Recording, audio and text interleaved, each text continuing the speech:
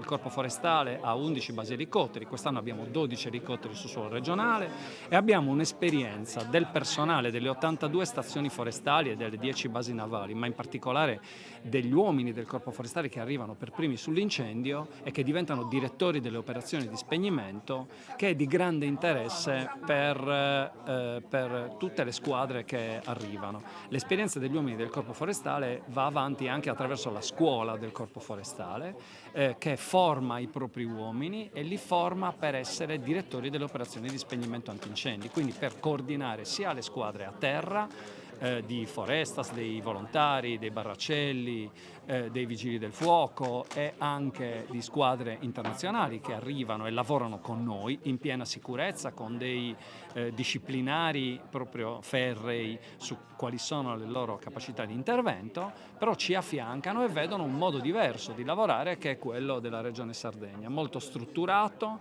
con persone particolarmente esperte, li affianchiamo ai GAUF, che sono i nostri gruppi di analisi e uso del fuoco, che sono capaci di creare anche controfuoco in Sardegna e quindi anticipare diciamo, il fuoco facendogli terra bruciata in qualche modo.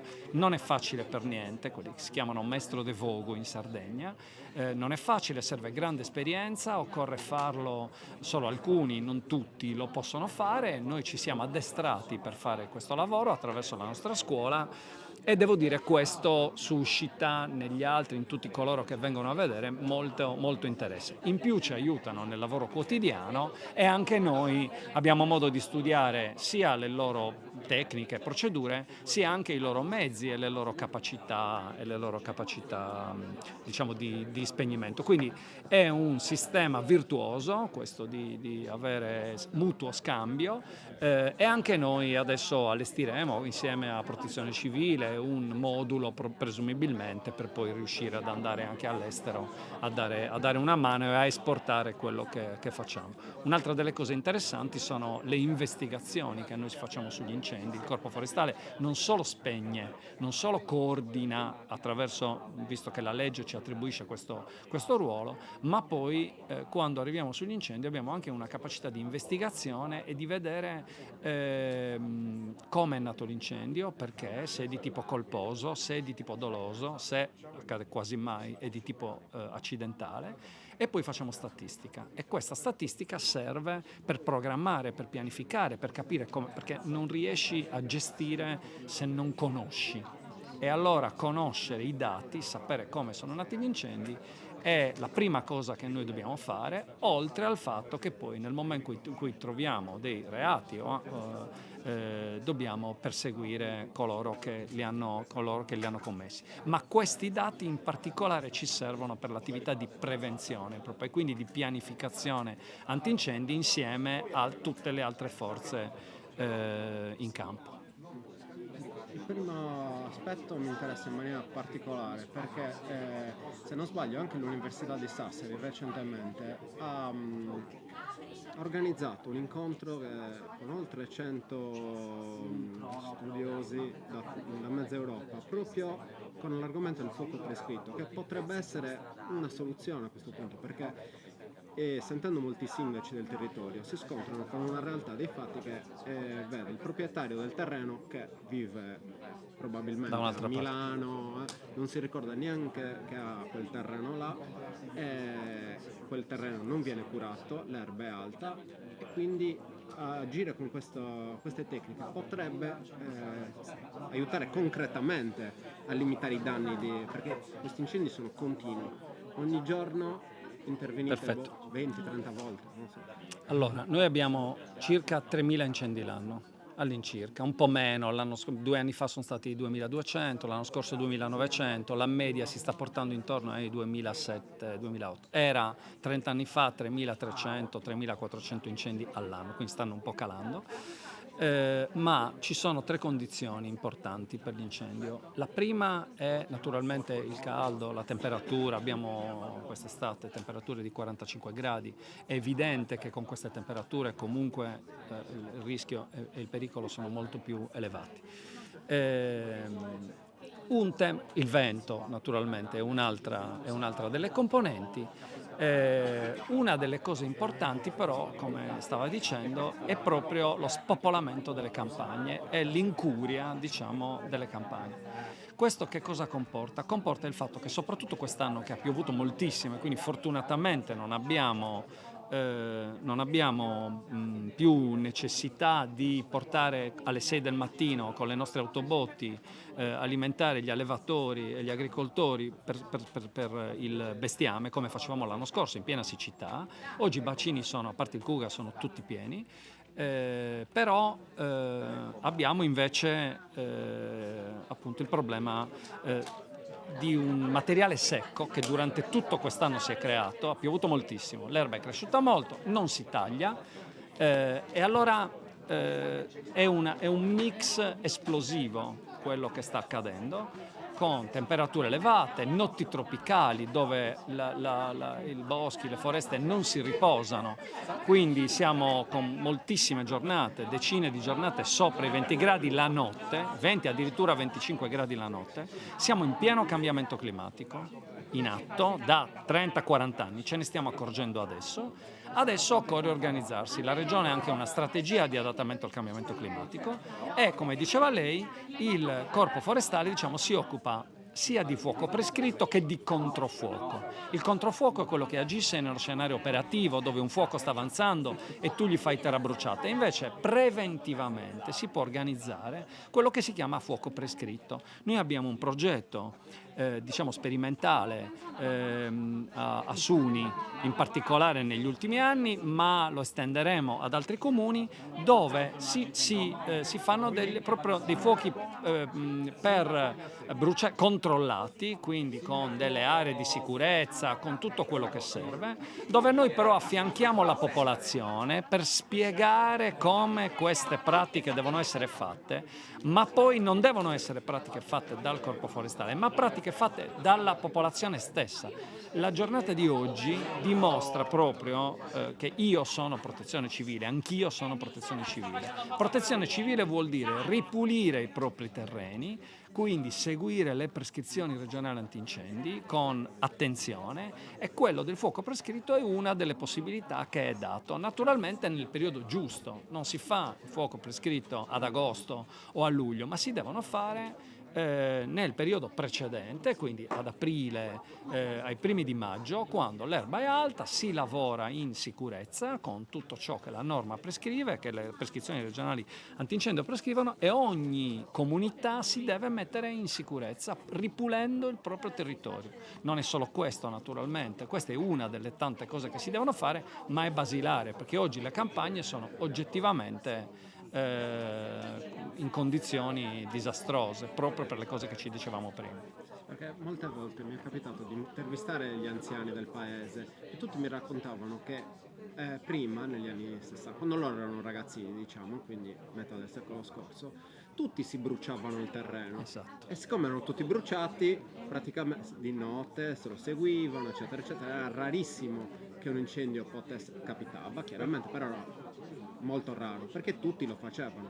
Oggi invece con lo spopolamento che abbiamo citato adesso, il terreno a fianco è incolto e quindi lì arriva il pericolo enorme per le aziende, per le abitazioni. Sì, e il ragionamento naturalmente è articolato, è verissimo questo. Queste sono pratiche che venivano fatte, gli incendi li abbiamo sempre avuti e ne abbiamo anche avuti devastanti in passato, per cui diciamo così, queste cose devono essere fatte con delle regole e queste regole le stabilisce il piano regionale antincendi e le prescrizioni regionali antincendi. Se si fanno con quelle regole, autorizzati, col corpo forestale che sa dove quegli abbruciamenti vengono fatti e magari li può seguire e vede i fumi e sa che è un abbruciamento, allora questo funziona molto bene. Non funziona nel momento in cui tu le fai fuori dal periodo in cui dovresti, senza avvertire nessuno e magari senza le regole di sicurezza. A quel punto l'incendio ti parte perché tu non riesci a gestirlo e lì, con le condizioni che ci sono ora, diventa devastante.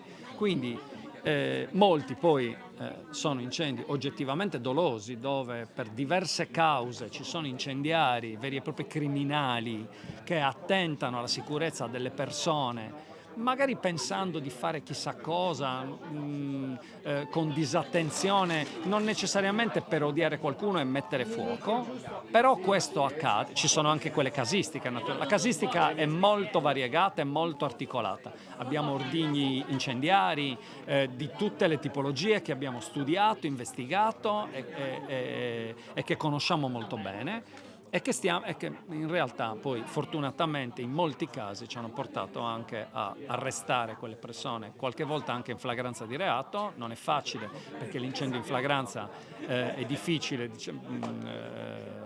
è difficile che si verifichi l'arresto in flagranza, perché perché chi lo fa con, come dire, le dovute attenzioni, mi viene da dire, ma non sempre funzionano, e noi moltissime persone fortunatamente ogni anno riusciamo a prenderle. Formazione, perché questo è un aspetto cruciale, formare le persone. Questi temi sono importantissimi, ma come stavamo dicendo funzionano solo se fatti in una determinata maniera, se no diventa un crimine e si mette a repentaglio la popolazione. Quindi va fatto perché è giusto farlo, è una soluzione anche economica, voglio dire, rispetto a fare muovere tutta la macchina della protezione civile e dell'antincendio, però va fatto in un certo modo. In questo senso si possono organizzare delle conferenze, dei momenti di formazione per le persone nei paesi? Si potrebbe riuscire a farlo? Allora, il Corpo Forestale ogni anno organizza diversi incontri sul territorio, sto parlando di decine di incontri sul territorio, per formare amministratori pubblici, funzionari pubblici e anche, diciamo, la cittadinanza sul rispetto del rispetto proprio e cura del territorio, in chiave sia di vincolo idrogeologico in generale, quindi diciamo tutto l'anno, sia soprattutto in chiave di antincendi boschivi.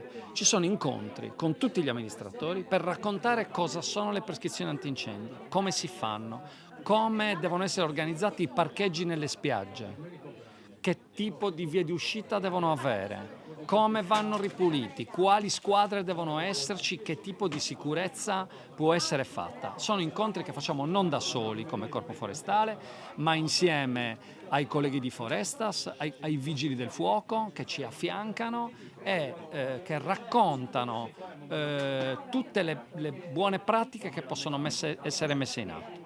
Poi c'è il tema, come dicevo prima, del fuoco prescritto, diciamo, e quindi della pulizia del territorio, dove ci sono lavori sperimentali che si fanno con i comuni, che hanno ottimi risultati e dove si cerca di formare alcuni appartenenti a quella comunità in modo che loro formino, quindi formiamo dei formatori, formiamo delle persone che poi sul territorio tramandano, diciamo, spiegano ciò che è stato raccontato in alcuni eventi agli altri della popolazione, e ci premuriamo del fatto che ci sia questo passaggio.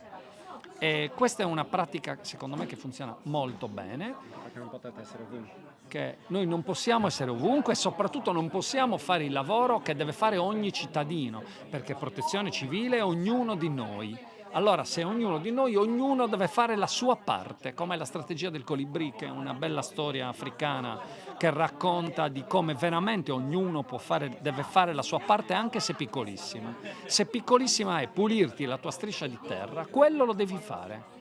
Lo devi fare tu, te ne devi occupare tu, non può essere il Corpo Forestale. Noi in realtà abbiamo un ruolo, insieme ad altre forze, di sanzione, cioè arriviamo e diciamo guarda che non è ripulito. In questo momento le sanzioni sono molto elevate vuol dire che vanno da 5.000 a 50.000 euro. Quindi quando noi sanzioniamo un cittadino con 10.000 euro perché non ha ripulito il terreno, ci troviamo in grande difficoltà, perché è una cifra molto elevata, perché la norma in questo momento non distingue tra chi innesca un incendio e chi in realtà non fa pulizia preventiva, ma li punisce nello stesso modo la legge statale. Noi stiamo trovando una formula con cui, con una legge regionale, modificheremo le prescrizioni, rendendole molto più semplici da applicare e più basse, e distinguendo tra chi innesca, per cui le sanzioni resteranno le stesse, oppure in chi non fa ripulitura, e quindi sono due temi molto diversi, e dove le sanzioni saranno più basse, ma noi le applicheremo capillarmente. capillarmente. Questo spero possa essere una soluzione in maniera tale che i colleghi sul territorio possano girare, ammonire, diciamo. Ammonire vuol dire iniziare a dire: guardate che noi nelle prossime settimane passiamo a riverificare se voi avete fatto i tagli. Sono stati fatti? Sì? Bene. Non sono stati fatti? Vi sanzioniamo. Però noi facciamo questo lavoro, cioè prevenzione sul territorio. Questo è il nostro lavoro principale. Infatti, perché c'è questa distinzione da fare tra dolo e colpa ed è giusto che venga fatta.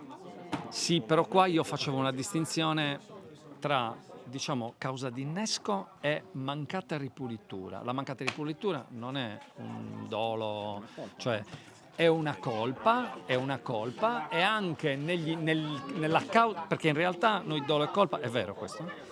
Noi, è interessante questo, negli incendi ci sono gli incendi tipo doloso, cioè io lo appicco, piromani, che sono quelli, diciamo, che hanno qualche problema mentale, incendiari, quindi criminali veri e propri, e che vogliono appiccare l'incendio per le motivazioni più differenti, che si trovano in un report che fa il Corpo Forestale. E poi ci sono quelli che invece a causa della propria omissione, esempio un barbecue abbandonato, una marmita catalitica lasciata sulle stoppie, uno strumento elettrico con cui tranci un cavo elettrico senza attenzione, tutta una serie di comportamenti che sono diciamo disattenzione, quindi di tipo colposo, e che noi però ovviamente abbiamo l'obbligo di sanzionare. Anche impianti di tante tipologie, di tante società, che in realtà da cui partono gli incendi. Ecco, questo perché tu magari non hai fatto la necessaria ripulitura intorno al tuo impianto. Quindi si scioglie qualcosa, cade a terra, parte l'incendio, e a quel punto il nostro compito è capire perché, dove, e poi eventualmente poi sanzionare. Era proprio questo l'ultimo tema che volevo trattare, perché ci sono molte persone che pensano che tanto non gli fanno niente. Chi appicca un fuoco No. non paga. Siamo la Repubblica che perdona tutti. No, Possiamo non dare è. qualche numero, perché la realtà mi pare che sia abbastanza diversa. La realtà è diversa, noi investighiamo, diciamo, tendenzialmente tutti gli incendi. In alcuni casi dove siamo impegnati nell'attività di spegnimento, quella è la cosa naturalmente più importante, perché arriviamo e dobbiamo spegnere subito, però c'è anche l'occhio poi investigativo. Qualche volta, anzi nella stragrande maggioranza dei casi, non è chiara l'origine, cioè è indeterminata, non si capisce perché non troviamo ordigni, perché non sempre abbiamo la possibilità di riuscire a risalire alla causa. Però le censiamo comunque tutte, può essere indeterminato, può essere doloso, può essere colposo o può essere accidentale. Sono rari gli accidentali. Quest'anno, ad esempio, abbiamo avuto 6 incendi da fulminazione. Fulmini temporali, fulmine caduto, parte l'incendio. Noi li censiamo e laddove troviamo ordigni indaghiamo. Anche non dove troviamo ordigni, dove ci sono incendi seriali, indaghiamo. Abbiamo tutta una serie di attività investigative che partono con dei risultati che lo scorso anno sono stati importanti. Adesso diciamo abbiamo avuto, mi pare, lo scorso anno 7 arresti, CNR, ne facciamo comunicazione e notizie di reato ai magistrati, ne facciamo i dati precisi adesso dello scorso anno non li ricordo, ma mediamente sono decine di comunicazioni e notizie di reato di ogni reparto che arrivano alle procure di pertinenza. Quindi c'è un'intensa attività investigativa. Ieri stesso ero in riunione con tutti i nostri nuclei provinciali e regionali di investigazione, ci scambiamo informazioni, scambiamo buone pratiche, abbiamo mezzi di investigazione importanti anche, che non voglio dire quali sono, ma insomma abbiamo tecniche anche di investigazione significative. Quindi, come dire, e saranno sempre più sofisticate, quindi mi viene da dire che sarà sempre più facile iniziare ad arrivare a risalire a chi quell'incendio l'ha applicato.